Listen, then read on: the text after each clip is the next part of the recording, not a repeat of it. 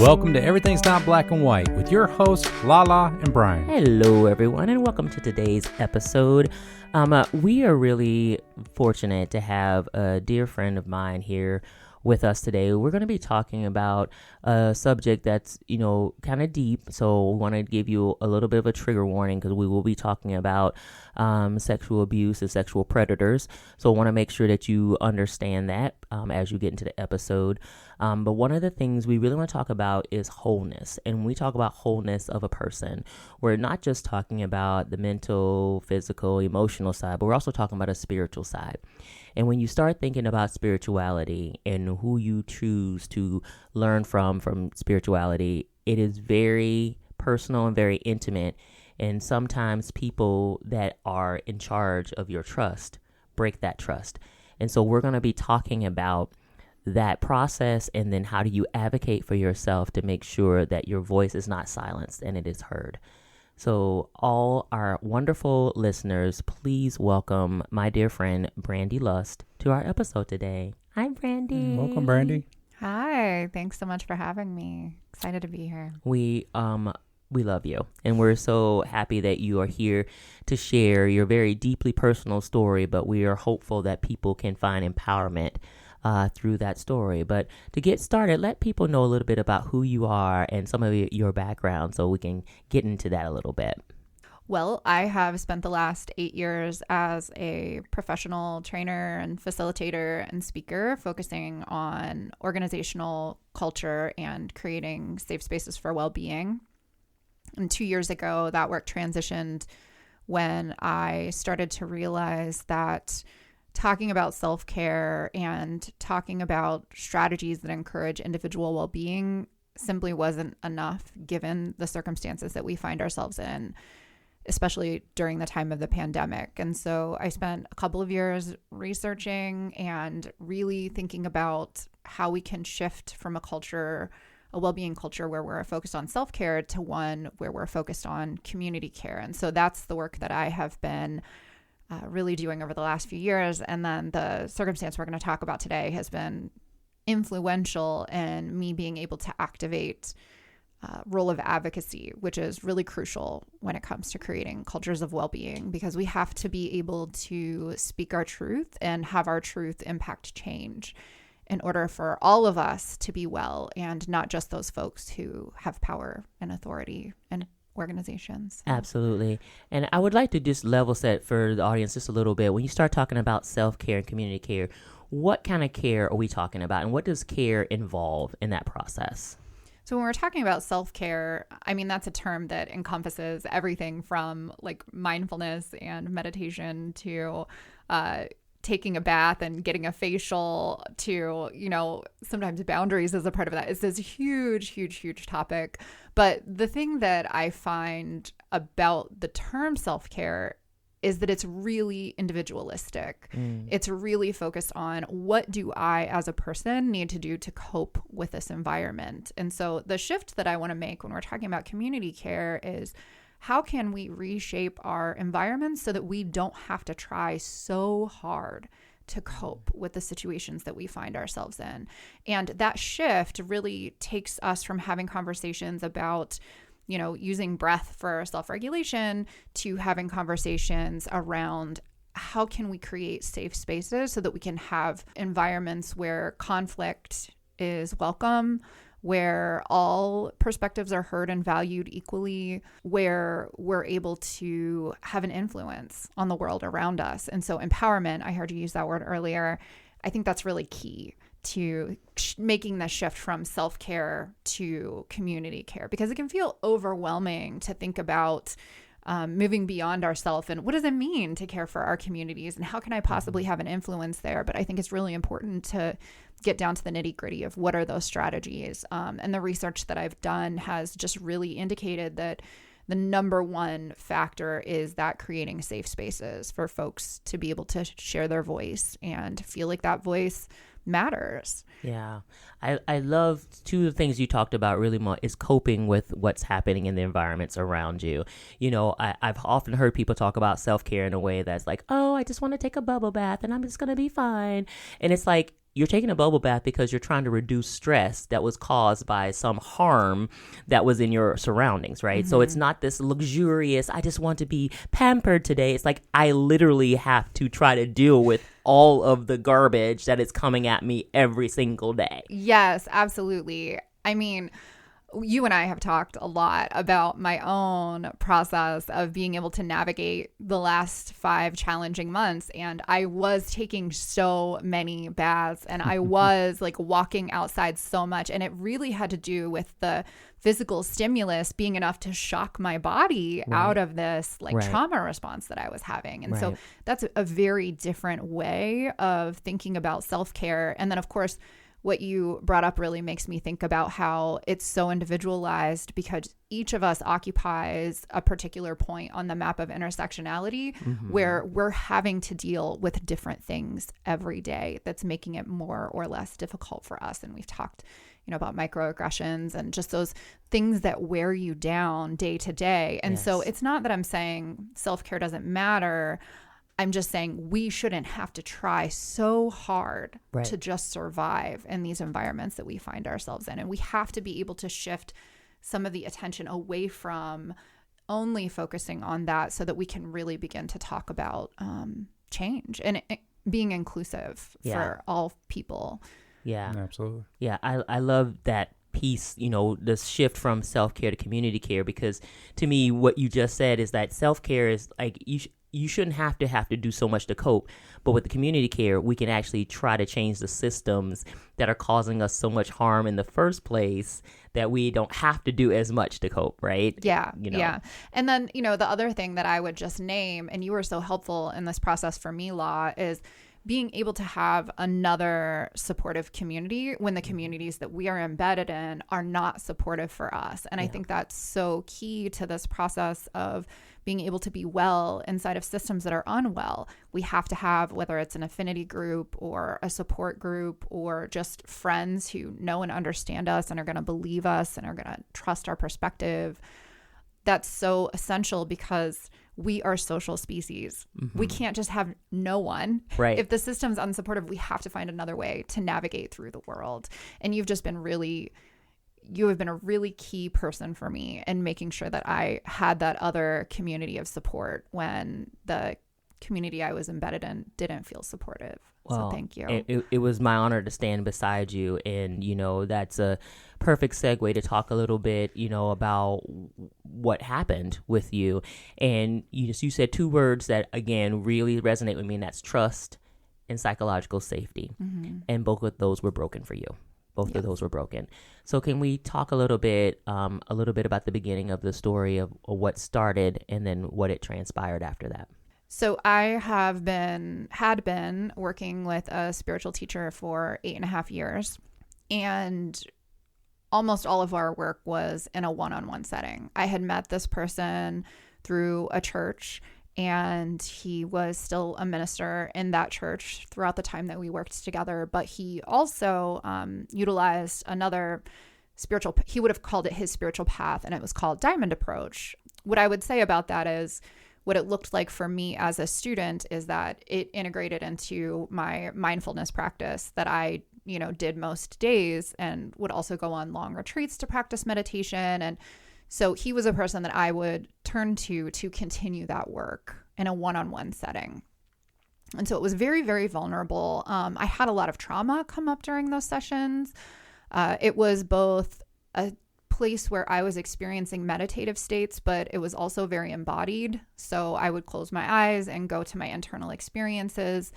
There were times when I was asked to move my body in specific ways, where I'd be laying down on the floor and would be guided to do certain movements. And so in that context, I was just had to be in a very trusting space to be able to allow all of this to unfold, and for this person to really witness what was the most personal of all experiences. It's hard to never have a doubt when you're working with someone that closely.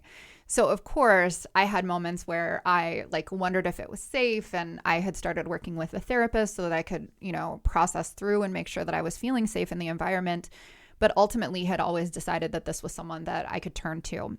And there was a particular session that was scheduled for the two of us in November.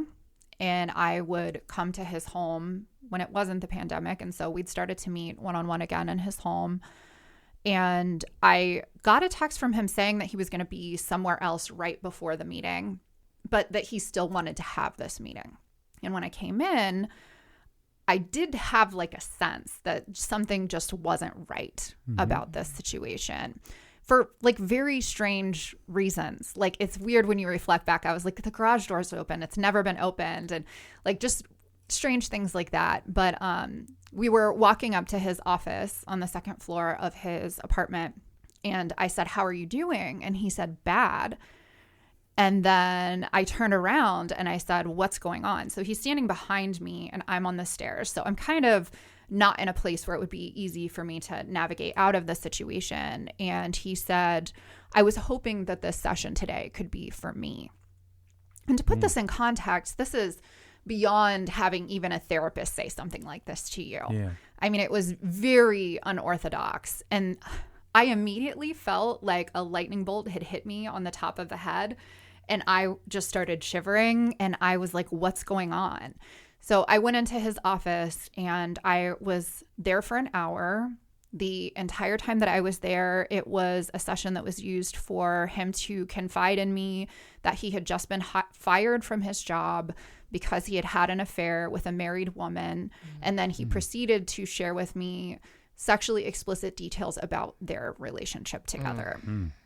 There were points in the conversation when he tried to go into embodiment work with me, like sitting and holding space for him. And I remember the feeling of just wanting to get sick because he was closing his eyes. He was like focusing on his stomach. And then he would like open his eyes and just like very intensely gaze at me. And it just felt so out of scope for what that relationship should have entailed. I left as soon as I could. It was kind of, we had a 1 hour scheduled session and sometimes it would go over. And so I just stayed the time that would have been appropriate. And I left and I went home, and it took a really long time to find the language for what had happened to me. I knew something bad had happened. I knew it didn't feel good. I had conversations with other people and I was hearing things like, well, you know, we can't know what his intentions are. And, you know, what does this really mean? And, you know, you're very emotional right now. Just take some time and see if you can figure this out. But I had a conversation with someone who was actually in a training program with me to do like somatic work, and which is body-based work and mindfulness work. And it was in that conversation, I explained to her the situation. And then when I told her the moment where he shared that sexually explicit content with me, she said, "That's it. That's the breach." Yeah. And I said, "I know that, but why does it feel so bad?" Yeah. And she said, "I'm going to share a word with you and I want you to see how it lands." And she said, "The word that I want to share with you is predatory." And the moment she said that, it was just like this, finally something fit into place. And I was like, yes, but why is that moment specifically the breach? And she said, "I'm going to say another word to you. Grooming." And that's when I began to do a lot of research on what it means when people begin to cross boundaries that aren't necessarily someone touching you or, you know, someone propositioning you, but people testing how far they can go without you responding back to them, without you fighting against them. And so once I had that language, I really started to dive into the research around this and into other folks' experiences. And I realized that I knew from that moment forward. It took about 48 hours. I had that conversation with her, and I knew this teacher was involved in 3 different faith communities because they were both part of a church, part of a denomination, and then part of this other spiritual path that they had been working on. And so within a week, I had filed a complaint with each of those 3 organizations and began a 5-month process of trying to keep other people safe from this individual. 5 months. I mean, that seems like a really, really, really long time for, first of all, for you to go through that trauma. So why did it take so long? I think that one of the things that ended up happening is that I sort of made up a term for it. I started calling it radical transparency, where I basically said, because unfortunately I've been through a number of situations like this in the past. And so it wasn't my first time going through this. And I was like, I'm going to try something different. And so I forewent anonymity in the process and said, I want you to share this information with whomever you want in whatever way you want to make sure that people are safe, because he was part of so many communities. And so in that process, the head minister at this church agreed that he was going to try to honor that and keep folks safe in whatever way he could. But how that materialized after I sent my actual complaint to about 40 people who were part of different communities that he was a part of, and that created some ripples and some concerns, is that the next day he sent out an email that was a presumably warning to the community, but it was buried in a very long context of describing, creating a culture of Thanksgiving, because this was around Thanksgiving. And it was probably like a 7-paragraph email, and the content that had to do with this situation was near the bottom. Near the bottom. By design. Yeah. And so the letter came out immediately, and it took me a little bit of time to figure out that I wanted to keep moving forward and try to get them to do something else. So I reached out, I think, in December, and 3 months later, they were still refusing to have a meeting with me because they felt like they needed to know what this denomination was doing in their formal complaint process to be able to move forward. And so finally, what ended up happening is he said, well, I'm still waiting on this information. And so I copied and pasted his email. I sent it to the denomination that was responsible for managing that complaint process. And I said, update him on whatever he needs to be updated on. I don't understand why he needs this information to be able to listen to my complaints about how he handled the process, but he seems to need that. Yeah. And so when I did that, he said, I prayed on it and I've agreed to meet with you.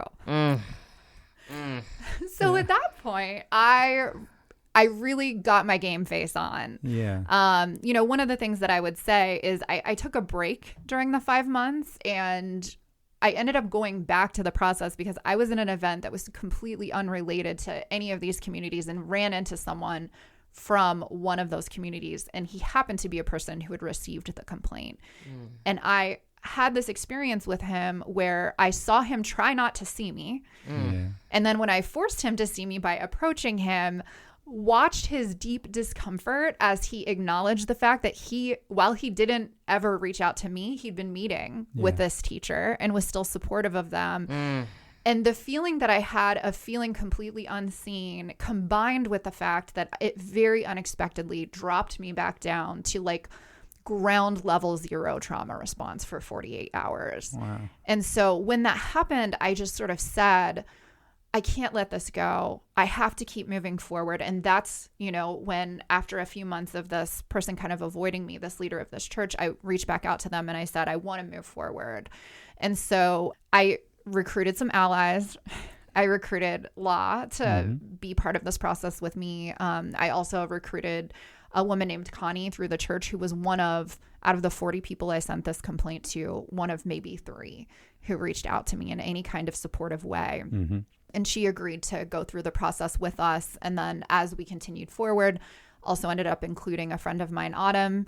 And that was the game changer. Yeah. When I came in with these other folks, and when I got out my clipboard and I had everything documented that had happened over the last 3 months. And I said, here is every single thing you've done. And to use that word, you said wholeness, but I also think of that as integrity. Yes. Here's what you need to do to align with your integrity as a social justice oriented, progressively or socially progressive community. Here's what you need to do in this situation to align with that. And so that's when we started the process of getting them to publish something different. Yeah.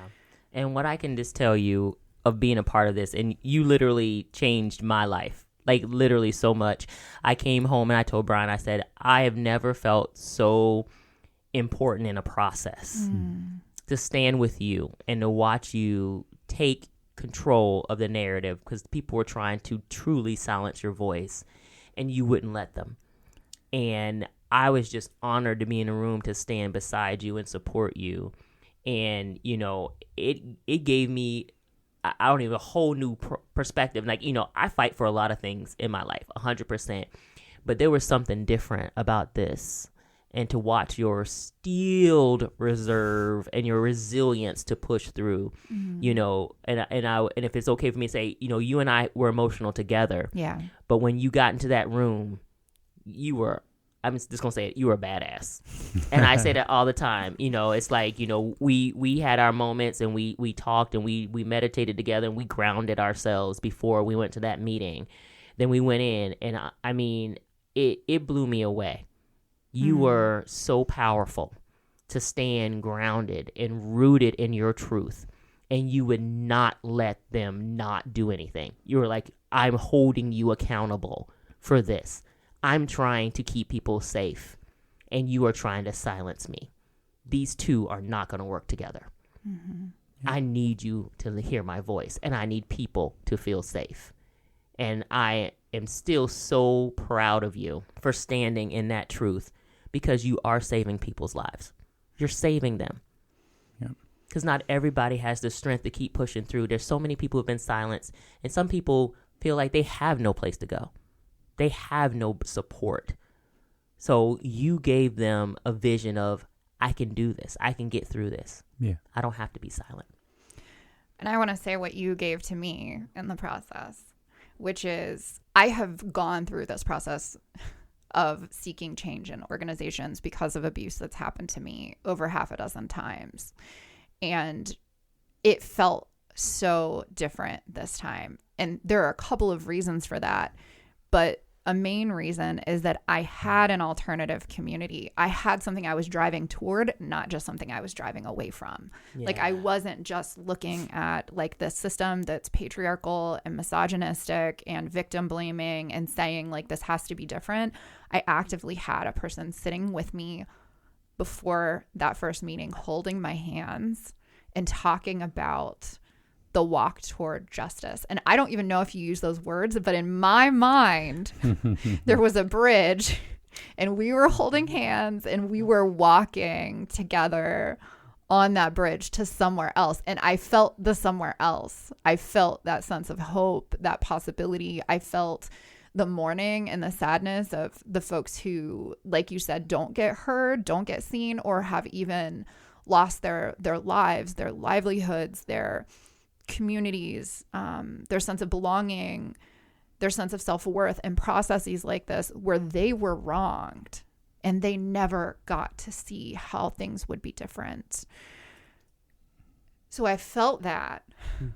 And that was because of you. That was because you sat with me in that moment and held my hands and made sure that I wasn't alone. And you said, thank you. When everyone else around me was saying, please stop talking. It was a very powerful moment in my life. And the other reason that this is so different is because while, yes, we forced their hand and we forced it hard, in the end, I think what they communicated to their constituents was what needed to be communicated. Absolutely. It's how it should be handled every time and single time. Immediately.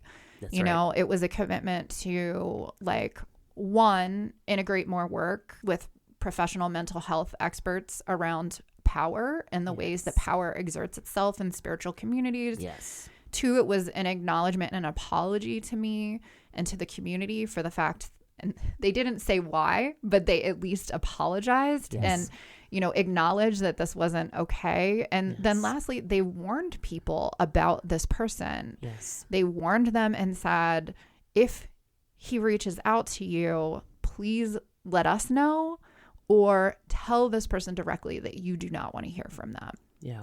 And so I've never seen that kind of happen in these situations that I've been in when my motivating factor is to keep people safe, right, and is to try to make change. And that would not have happened if you wouldn't have stood with me in this process, and if Connie wouldn't have stood with me and Autumn wouldn't have stood with me.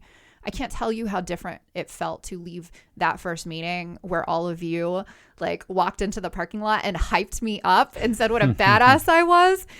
I've come out of many meetings like that where I leave feeling like, what just happened to me? And it's another trauma on top of the trauma that I had already experienced. Yes. And you all saved me from that. So thank you. Well, it was a mutual saving because it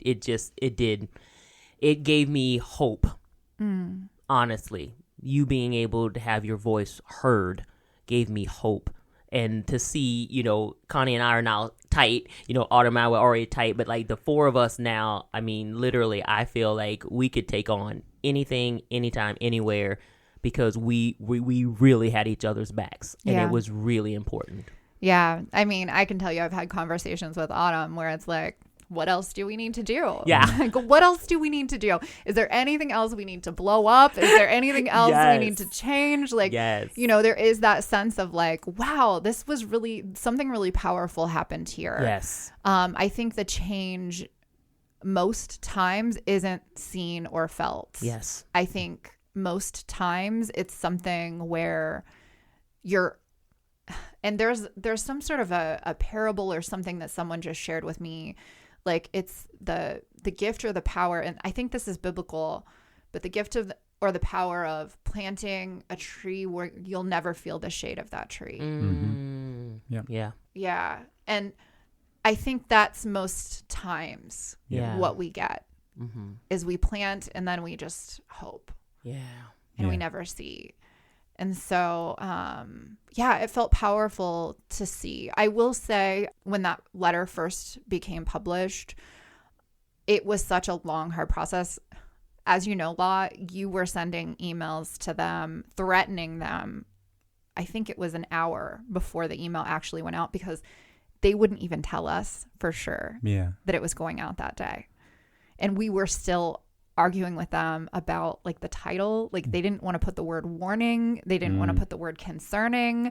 They didn't want to put the word apology. They just wanted it to say update. So down to the day, we were fighting with them. And when it happened, and this is the other thing I want to say about this, because if you're a person who has ever done this work, I think it can be so alienating and isolating if you don't have a support system. Oh my gosh, yes. Because that was one of the hardest things I've ever done the day that letter went out. And not one person in a 4,000 person congregation acknowledged to me that this had happened. Wow. And I also posted this on social media, and I can tell you that I think one church member reached out to me and said anything. I went to the service that week with Autumn. We sat in the front row, and she like held my hand so tightly the whole time. And I saw people looking at us, and I saw people looking away from us. And again, not one person came to me and said, like, thank you for doing this. I'm sorry this happened to you. It's more important to protect the church than the individuals. And, that's a shame. I hate to see that. And from the outside looking in, hearing this story, it's an amazing to see the empowerment collectively. The four of you got together and went in there and did that. And I applaud you, because society, there's a problem with men in general doing stuff like this, and it's gone on ever since mankind began. But I am proud that you've gotten together, and we need more people like you to come forward, because just like the Me Too movement, the more you push forward, the better things are going to get. The shade in the tree. You are planting the seed that's going to help. It may not help you directly, but it's going to help that next person down the road, maybe even encourage them to speak up for themselves as well. Yeah, I mean, that's the hope, right? There's no other reason to do this. There's no other reason to do it than hoping that things will be different in the future for someone else. Yeah. I can tell you that in this process for me, I definitely did not expect to see results at many, many, many points in the process. That's understandable. It's holding on to the fact that it's for, you hope that it's going to be better for someone else in the future. Yeah, it's almost like that David versus Goliath. You have 4,000 people in the congregation against you and three friends trying to straighten things out. Awesome job. Like, what would you tell women listening to this who have been in this same situation, like what would be the very first step that you'd want someone to do to start the process? I think the very first step is finding out who you can have a conversation with about this who isn't going to gaslight you. Yeah. Because I cannot tell you, it took me, there are some people who were just they were off my list before I even, people who are very close to me, who I was like, this is not the person I need to talk to about this, because I was unsure of their response. And I think when you know, you just know. And we shouldn't have to have anyone else validate that. But because so many people are invalidating, it is key to figure out who those folks are who are going to say to you, I believe you. I'm not always going to say the right thing because I can't, but I want to walk through this process with you. Tell me what you need. Yeah. And I think finding those folks for me was the thing that in the beginning made it bearable and at the end made change possible. You know, April is National Sexual Violence Awareness Month. So it's so much going on in this world, and people don't even understand how sexual violence and predatory behavior impacts people. And they don't even understand the process that has led to the point where the actual abuse happens. Like, exactly. A huge learning curve for me in this is really understanding what grooming is. Yes. And how it happens, and that we don't need to wait until someone has, I hope we don't wait until someone has assaulted us to pull back and say, this person feels unsafe. Yes. So that was a huge learning curve for me in this. And I think we need so much more adult education around, especially for women, but not only for women, right? Around how grooming happens and what are the signs, what are the cues, and also to be able to trust our own sense. Yes. Our body knows. Yes. The fear that we feel when there is a threat is intense. Yes. Yeah.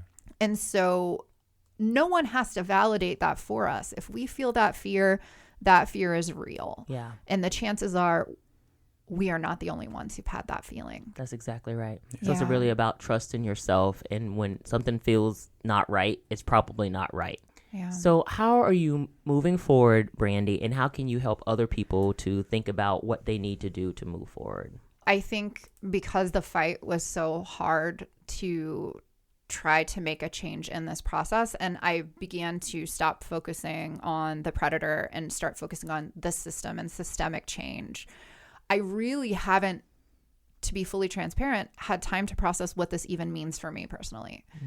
I want to be honest and say there's a huge hole in my spiritual life, and I don't know when or how it's ever going to be filled. And that's just real. That's just a different aspect of my life now that I have to begin to navigate at some point. And so I think moving forward from this, there's going to be a lot of self-reflection and thinking about who am I now that this has happened. And I think that has to be normalized, that this isn't just, you know, it's not just the event, and it's not even the fight against the system. It's the trauma that the system causes, the trauma that this person caused to me. And then I have to begin to process that. And that's an individual endeavor, you know? So I would say that. But then the other thing that I would say is it's strange how the universe works. And even before this happened, I had been refocusing my work around this idea of creating safe spaces for folks to share their truth, and the conversations that I have with people around boundaries and around power and acknowledging the role that power plays in our community and being able to, one, trust our own sense when something feels off, and then build our skill set for being able to set a boundary when that happens. Two, being able to, if we're in a role of facilitator, how do we create spaces where every person's voice is heard? Because that's where power starts. Power starts around whose voices get heard. That's right. The most. That's exactly right. And so if we create systems where every voice is heard in these key conversations, we're already mitigating a lot of these factors, because then people are going to tell us, you know what, this actually this isn't working for me. Mm-hmm. And then lastly, being able to hear what isn't working from other people and then activating that sense of change, whether that changes within ourselves, because it's going to be sometimes, Yes. or whether that change is something that needs to happen in our community. Yeah. That's great. Well, I mean, I'm so, first of all, honored again to step and walk with you in this process.